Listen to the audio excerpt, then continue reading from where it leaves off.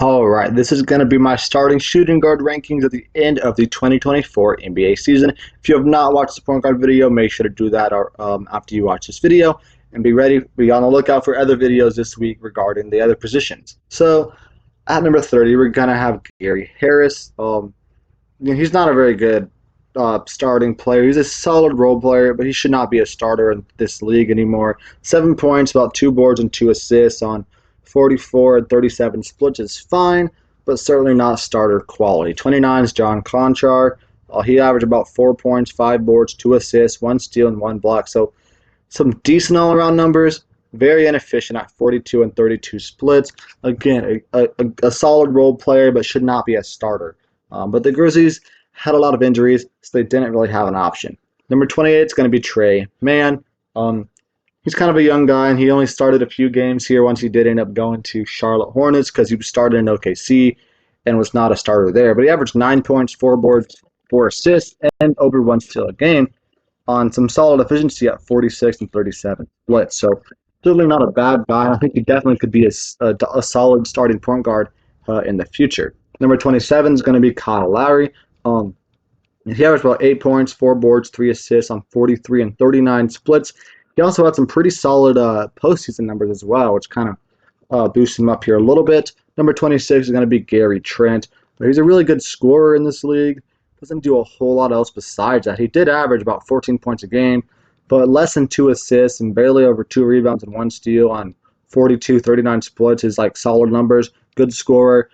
But you're not going to get much out of Gary Trent other than scoring the basketball. But you'll take that as a starting point guard. Just, certainly not one of the better starting point guards. Number 25, shooting guards. Number 25 is going to be KCP. Averaged about 10 points, 2 boards, 2 assists. Over 1.3 steals a game is some pretty solid defensive numbers. 46 and 40 splits are pretty good as well. So, again, he's a solid shooting guard. He's a decent starter, but he's a really good bench player, decent starter. You would like to see him come off the bench, probably. Would like to have a better option than him, but you're not upset with him as a starting shooting guard. Number 24 is going to be Kevin Huerter. He, is a pretty good scorer as well. Averaged about 10 points, 3 boards, about 3 assists on 44, 36 splits. So some pretty solid numbers from him. Doesn't do a whole lot other than score the ball as well, but he's pretty solid at what he does. He also only plays about 24 minutes a game, so it definitely kind of boosts his numbers there a little bit. A guy like the next guy up here is going to be a guy like Terrence Mann, who's going to be a very similar type of player to Kevin Huerter, where he only plays like 25 minutes a game, so that kind of boosts him up a little bit. He's a solid scorer, a decent all-around player, a solid scorer, averages about 9 points a game, shooting 52% from the field and 35% on three. Solid numbers for Terrence Mann. Him and Kevin Huerter are both guys you're a good starting shooting guard, or you're a quality starting shooting guard, but you're also be a way better off the bench if we have a guy better than you. Number 22 is going to be Jordan Poole. I thought he was going to be better this year than he was. I mean, he was pretty disappointing this season, to say the least. He did average about 17 points a game, which is, pretty good numbers there, but he only averaged 4 assists and 3 boards, and he did not shoot great. Only a 41 and 33 split. So he's not very efficient, but he does score the basketball. But, with poor efficiency, you're kind of it's kind of a liability on offense, even though he does put up some points. Number 21 is going to be Malik Beasley. He averaged about 11 points, 4 boards, 1 assist on 44 and 41 splits. He was also really good in the postseason as well. So definitely a better guy than Jordan Poole, definitely a more productive guy than Jordan Poole, and a way better in the advanced numbers than a guy like Jordan Poole. Number 20 is going to be Jaden Ivey. He's a really good starting shooting guard in this league. I feel like, he was better this year than he was last year, but not really saying a whole lot. He had a pretty disappointing year too last season. I still think he has all-star potential, although he has not really shown it yet. He did average 15 points, 4 boards, 4 assists this season on 43-34 splits. Not ideal. You'd like those efficiency numbers to go up, but the counting stats are pretty solid. Number 19 is going to be Josh Giddey. He had a very disappointing year this year compared to his previous 2 seasons, I believe. I believe this is his 3rd season at least. He averaged 12 points, 5 assists, 6 boards on 48 and 34 splits, which are solid numbers, but he was also pretty disappointing in the playoffs. Got himself played out of that Dallas series where he was so bad they couldn't even play him anymore. So not a good look there for the postseason, but overall, quality shooting guard. Number 18 is a guy like Alex Caruso, who is a guy who's pretty good offensively and really, really good defensively. A guy that any championship contender would be lucky to have on their roster. He averaged about 10 points, 4 boards, 4 assists, 1.7 steals, and 1 block a game. So, yeah, really good defensive numbers. Shooting 47% from the field and 41% on three. So, some really, really good piece for any championship contender. A solid starting shooting guard, a really, really good bench player, and he would be a lot better in a place who's contending for a championship rather than a place like Chicago. Number 17 is Andrew Nembhard, who's pretty good as well. Averaged 9 points, 4 boards, 2 assists on 50 and 36 splits. He also, was a lot better in the postseason. I believe he averaged shot over like 44% from 3 in the postseason. So his playoffs definitely helped carry him a little bit up higher on this list. Number 16 is going to be Cam Thomas. He's a really good scorer. Doesn't do much else outside of that, but he's really good at what he does. He averages 23 points, 3 boards, 3 assists on 44-36 splits. So he's a really good scorer, and he does it, relatively efficiently. So you'll definitely be glad with him as your starting shooting guard. Although you would like his efficiency numbers to go up a little bit, and you would certainly like him to be a little bit better of a playmaker. Next up is a guy, Klay Thompson, who I thought he was going to be better this year than he was. He has some solid numbers, but he's definitely taken a big step down than his previous seasons. 18 points, 3 boards, 2 assists on 43-39 splits. So his three-point percentage is still good. Field goal efficiency would like to be better than 43.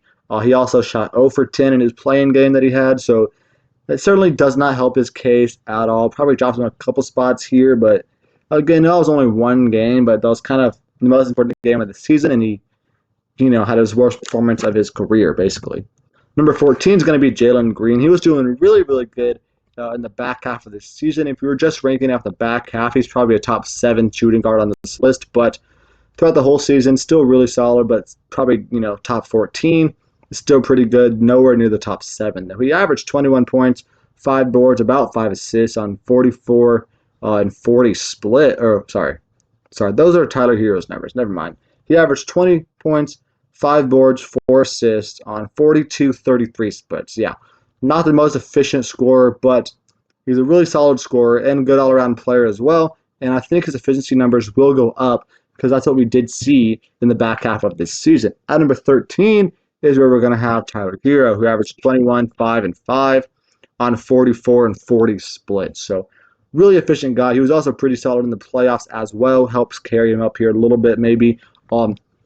He's a really good scorer and really efficient at that, and a solid all-around player as well. And not so much on the defensive side of the ball, but his counting stats as far as everything outside of defense is all really, really good, and he's very efficient at shooting the ball. Number 12 is going to be Dante DiVincenzo. So he actually seems, to be one of the biggest risers on this entire list. Coming into this, he was not projected to start. I did not have him as a top 50 bench player, so he kind of, climbed the ranks a lot this season compared to what anybody thought he was going to do.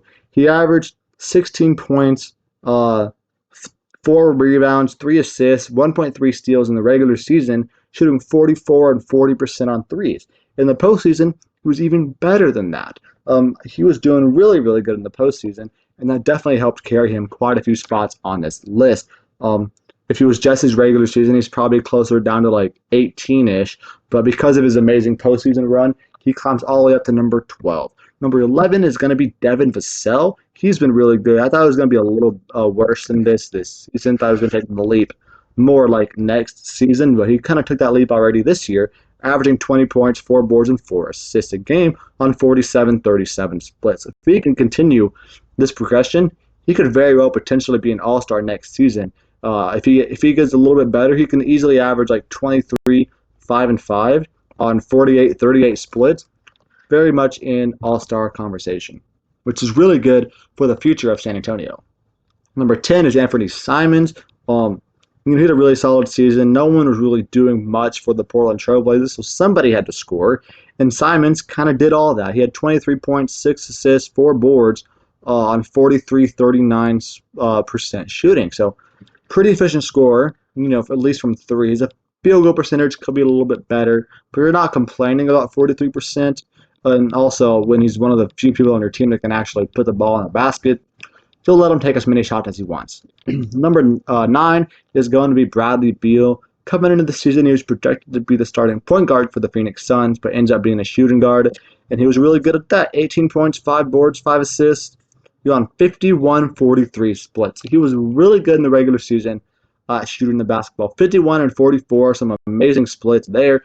But in the postseason, he was a little bit worse, but still pretty solid shooter in the postseason, but definitely worse than his 51 and 44 splits, but certainly still respectable numbers in the postseason. Number 8 is going to be Brandon Ingram. He was doing really good in the regular season as well. He averaged about 21 points, 6 assists, 5 boards, shot 49 and 36% from 3. So doing really good in the regular season. He had a very lackluster postseason against the Oklahoma State Thunder. Most people in the Pelicans had a pretty bad postseason run in those 4 games against Thunder, but overall, still a top 8 shooting guard on this team or in this league is pretty solid. You're not really complaining about that, but certainly would like to see him keep up what he did in the regular season going into next year, and rather than what he did in the postseason. Number 7 is going to be Austin Reeves. So he was really good this season as well. Averaged 16, 6, and 4. Shot 49, 37 splits, and he actually did pretty good in the postseason. He was not quite as good as he was in the regular season, but he was not nearly as bad as what Brandon Ingram did in the postseason. So that's why he's going to be one spot higher than Brandon Ingram. I do think the shooting guard, lineup is kind of weaker than most of the other positions. So that's kind of why Austin Reeves sits here at number 7, which definitely kind of feels a little high, but shooting guard is kind of one of the weaker positions as far as starters go. Number 6 is going to be Derek White. I had him coming in the season at number 19, so he very much outproduced my prediction of him, and probably what most people's prediction of him was he outproduced. He averaged 15, 5, and 4 with 1 steal and 1 block a game on 46 and 40 splits. Amazing regular season numbers. He did even better than that in the postseason, which was a big reason why their team ended up winning the finals. So obviously, with all that, he moves up a lot of spots. And number 6 shooting guard in the league right now is Derek White. Number 5 is going to be DeJounte Murray. He averaged about 23, 6, and 5 with 1.4 steals a game on 46 and 36 splits. So certainly, I think an all-star caliber player. He's not probably going to be an all-star again in his career unless he makes like one season where he averages like 27 points a game instead of like 22 to 23. But even then, he's a really good player. He doesn't got to be an all-star to be an all-star caliber player, and he's certainly one of the best shooting guards in the league, without a doubt. Number 4 is going to be Colin Sexton. Had him coming into the season at number 20. Most people are going to think that this is insanely high for a guy like Colin Sexton. Most people probably don't realize that he averaged 19 points a game, 5 assists, and 3 rebounds in only 26 minutes a game. So if you give him starter minutes, like 36 minutes a game, bro's averaging 25 points and 7 assists on really good efficiency at 49 and 40 splits. So just because he played 26 minutes a game doesn't mean you can rank him 8 spots lower or something because he has less numbers, but his averages per minute, are a lot higher than a lot of other players. So because of that, you can't lean everything into your per 36 numbers because there's no telling he would actually put up those numbers, but it was just kind of too insane to me to leave him at number 10 or 11, where a lot of people I think probably would have him. Number 3, I'm gonna have Kyrie Irving. Pretty big gap here between Colin Sexton and Kyrie Irving, I would say. But he averaged 26, 5, and 5 on 50, 41 splits. So amazing performances all season long from Kyrie Irving. His playoffs were a little bit lackluster in comparison to that, but overall, his playoffs were still pretty good, mostly other than his finals.